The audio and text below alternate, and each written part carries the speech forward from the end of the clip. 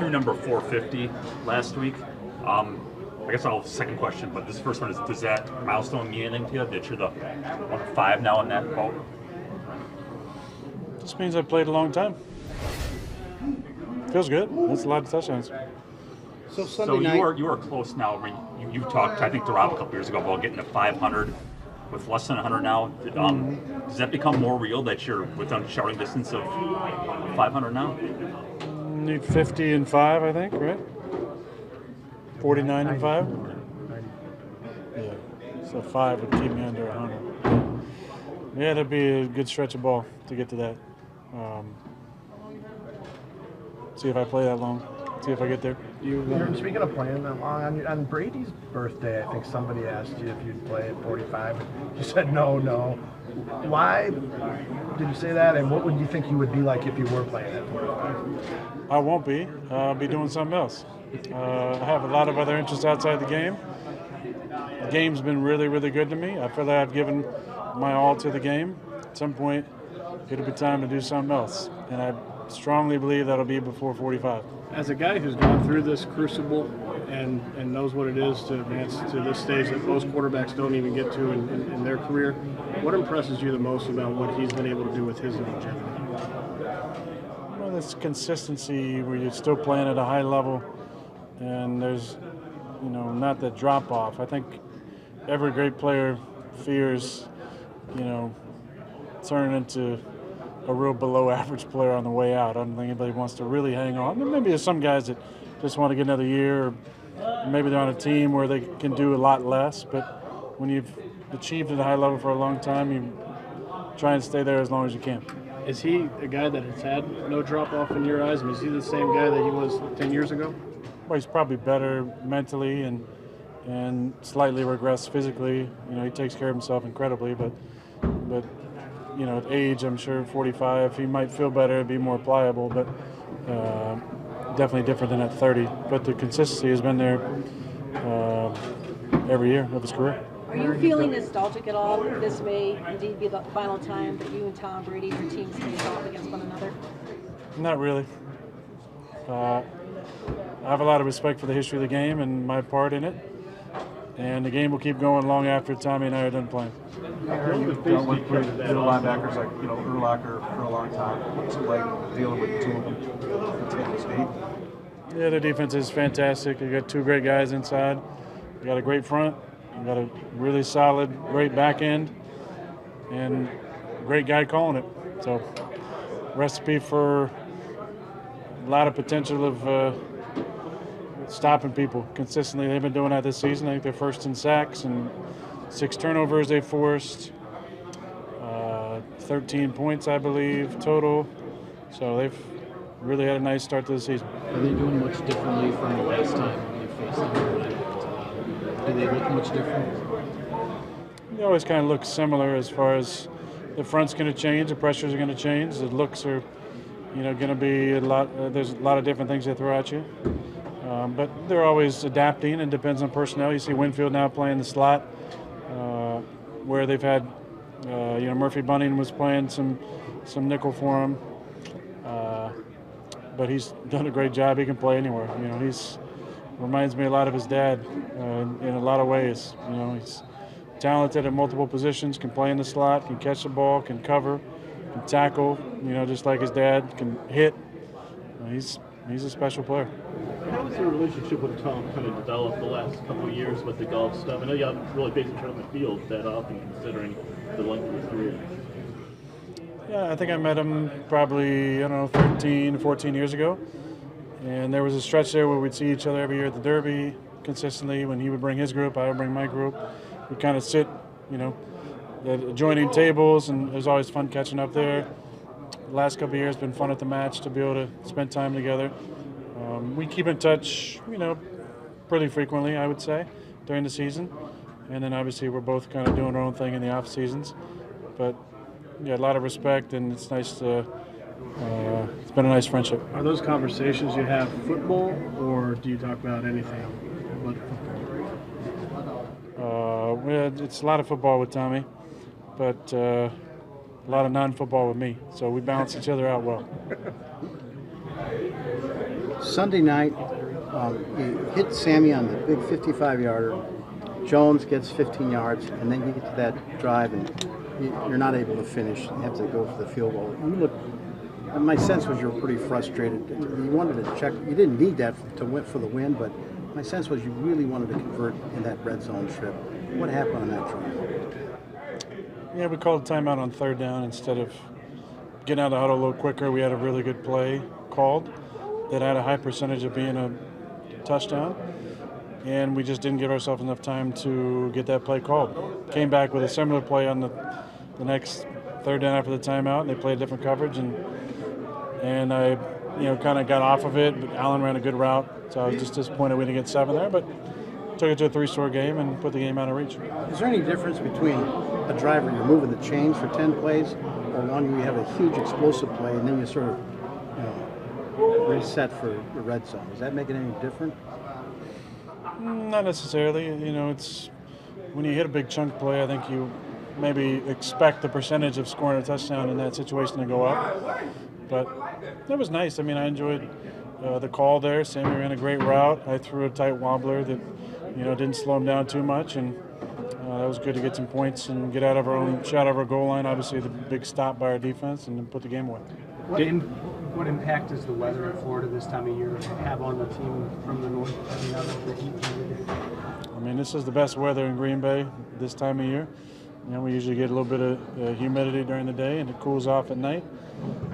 Be a little warmer down in Tampa, I'm sure, but we'll be fine. Dave hasn't played in a long time. You probably know better, obviously, than us if this is the week or not, but Josh has played pretty well for you in that time. What's the difference right now from what you guys get from Josh when he's on the field and what you guys could conceivably get from Dave if this is the week or whenever he does return? Yeah, I don't know. I'm not sure where he's going to be at, percentage-wise, not just physically but mentally. But when he's back, he's a minimum a top 3 left tackle in the league. And Josh has played really well for us, but there's a reason Dave gets paid what he gets paid, and he's been a first-team All-Pro many times. What things are you able to do as a quarterback with a top 3 left tackle? No, I'm not going to get into that. Aaron, how tough is it to play in Tampa, and what are some of the challenges you faced there in the past? The field has been in not great shape many times. They get a lot of play on that field, and sometimes there's some seams and different sod. There's been some injuries there over the years. But last time we played there, I felt like it was in better condition, so hopefully it's in the same condition. Last year was week 3 when we first saw Josh out in San Francisco. Now, a year later, where is he compared to where he was? I think just confidence-wise, but he's always steady, very steady guy. Never gets too high or too low. The fun things that we saw last year was him bringing the robot out and the personality start to come out a little bit, and I think you saw that as he got more comfortable. But he's always been real easygoing and steady and stoic, and you don't really worry a whole lot about him. What's the biggest thing you've kind of learned about Sammy since having him as a teammate versus just watching his game from an outsider's perspective? Look, I knew of Sammy and I watched him a little bit, but I didn't have a real familiarity with him. So I didn't have any expectations or projections when he came in. And he's just come in and been a fantastic teammate and a great guy and real deep thinker and interesting guy and interest outside of football and very well spoken and curious and just a fantastic guy. I loved our conversations together. He loves ball. He cares about it. He realizes how special this opportunity is for him. And we want him to have success and to be able to this be a trampoline for the rest of the second half of his career. And you've always taken great care of the ball. Is that something that on a weekly basis you talk with your teammates about each and every week? And when you play a team like the Bucs, it's so good at taking away the ball. Does that pervade those conversations even more? Yeah, that's just been a part of the way I've played, and every coach is always going to talk about the turnover ratio and that being an important part of winning football games. So it's always talked about. But this team, as well as anybody, does the peanut punch really well. And they're swarming around the football, and they fly around sideline to sideline, and they've obviously had 6 takeaways so far in 2 games. So it's going to be important. The last couple games we played down there, we've turned the ball over a bunch, and they haven't, and that's why they won. With Elton back last week, did you sense any rust from the layoff from him, or was it just like he fit right back in where he left off? I think he would say maybe there's some things you can clean up, but just the fact that he was out there to me was a win and a success, and I'm really proud of him. And I think with each week, he'll probably feel a little bit more comfortable. With the way Aaron Jones ran last week, do you anticipate it, maybe not this week, but at some point the defenses are really going to stack the box to try to make you guys do something else? I hope so. Yeah, I'd love to see some one high stuff. I mean, the league has been so much too high the last few years. I'd love to see some one high, so that'd be great. I was going to ask you that. Have you seen, because the passing has been so good for so long, have you seen much of that ever? Of teams daring you to actually throw the football? There's a few times, I think, over the years. 15 and 18, I feel like were a couple years where we saw a little bit more one high. It was nice when the Seattle trend was going on and 6 or 7 teams were in that defense because that's all one high. It's very, very little too high. But now it's this other style of defense from the Rams, and it's a lot of too high. So you're seeing the run game come back. The fullback position might make a resurgence, who's going to be the next John Kuhn of the world? We'll see, but yeah, there's been a lot more too high the last few years. Is Jones the type of back at this stage in his career where even if you get that one high look and they load the box, that you need to make sure he's getting his carries, even if it's not the ideal look? Well, one high shouldn't take you out of run the football. It's just there's certain plays where you might have to leave a corner, or leave the backside guy on the unblocked, and that's just part of it. So, look, it doesn't stop us from running the football. It just changes some of the schematics, either to the front side or the back side of the run if we're going to leave the backside in an outside zone or the front side corner on more of an inside run. So it doesn't really change a whole lot, but, it would assume some more one-on-one stuff outside. Aaron, I know there's a lot of things that go into it, whether it's the offensive line play, guys getting open, you holding the ball longer than maybe you should, but do you think you've taken too many hits in the first 2 games, and what are you going to do about it if you think that's the case? I've taken a few hits. Yeah, I think the first game, way too many hits. Last week, I don't know how many of those are avoidable. Would not like that to be the standard. So we got to get open on time. Ball's got to come out on time, and hopefully we can clean some of that stuff up. I mean, I'm assuming I might take some shots this week. They're a blitzing defense. There'll be some opportunities for some, some hot adjustments, some side adjustments. Could be some free runners. But I got to deal with the ball on time this week and make sure not letting them get some momentum with sacks. If my memory is wrong on this, but like in 18, there seemed to be a lot of times where you didn't have anywhere to go with the ball. How much of a component is that this time, and is there anything, even though it was different offenses, that you can take from that time? Because it doesn't seem like the last 3 years there's been a lot of instances. That was as many throwaways as I think I've ever had in my career that year in 18. I mean, it was, I think, over 70 as far as the numbers that we counted up. Wouldn't, like to be at that anywhere near that number. Don't think we're going to with this offense. It's just we have to clean the timing up, on some of the route concepts so we're getting open at the right time. And then I'm just trusting some of the windows and throwing it through those windows. In the post game the other day, you talked about the parallels of the start to this season and last year with the North games and going on the road for tough matchups. Yeah. What you talked last year about what the Niners were going to do. What do you think a win in this type of environment could do for a young team in Wisconsin? Well, I think it's really important for our defense, to come out and have a real solid performance on the road and set the tone for us. And offensively, we have to take care of the football and be methodical at times if we have to be, and high completion percentage, and then be able to run the ball. This is a stout defense, but we have the right concepts and the right schemes to move the ball against anybody. A lot of times we just get in our own way, and that's what we've done too many times in the first 2 weeks. So there's a lot of confidence to be gained on both sides.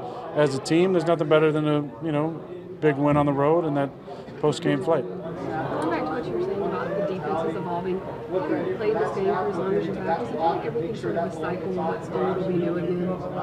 Definitely, yeah. It comes back around. Some things that go out of fashion will come back around in a couple years or 5 years or even 10 years.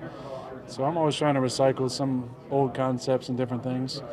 But this is how it goes. You know, you've seen the elimination of the fullback at times. You've seen teams go a lot of 11 personnel stuff, and then the quick stuff. And now you're seeing teams really try and stack their frontline rushers, play a lot of two-shell on the back end. That's going to make teams want to run the ball more 12 personnel, more 21 personnel. Fullback role is going to come back in the offense for a little bit. Then what's going to happen to that? And then a one-high scheme is going to come along and going to be the fad in the NFL. Somebody's going to win it with a one-high scheme. And then here we go back again, back to the 11 personnel, back to the speed, and round and round we go. Do you have a favorite memory of either playing with Tom on the opposite sideline or your time away from him off the field?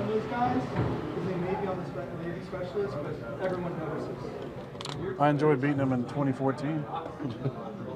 That was fun. Enjoyed winning a match with him in 2022. He's a great competitor. So you enjoy watching him play. Enjoy the years of memories watching. We played a few times over the years, but a lot of respect for his game and what he's accomplished in this league. It's hard to find the right words. Aaron, last week Sammy led the way with 4 targets. There were a bunch of other guys who had 3. Do you anticipate that being the distribution of targets?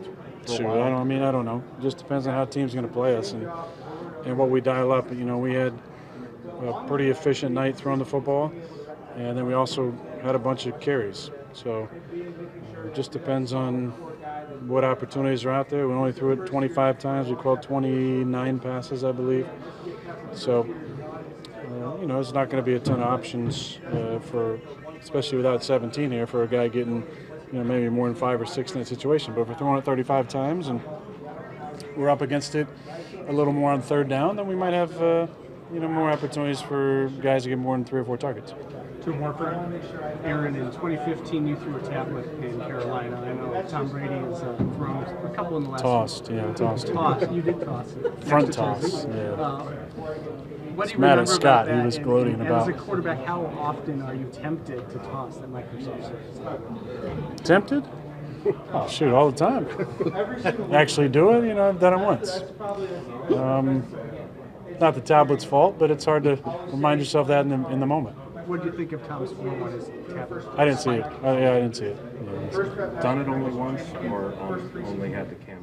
No, I've tossed it to where it's hit the ground only one time. I might have tossed it, to one of the guys who holds on to it, but I've only tossed it once, and it wasn't an intent to smash it. It was just, get away from me. And was it damaged on that one? I don't think so. I think Takes a licking and keeps on ticking. Yeah, I'm not going to give it any more free advertising, but I don't think I threw it hard enough for any damage to happen to it.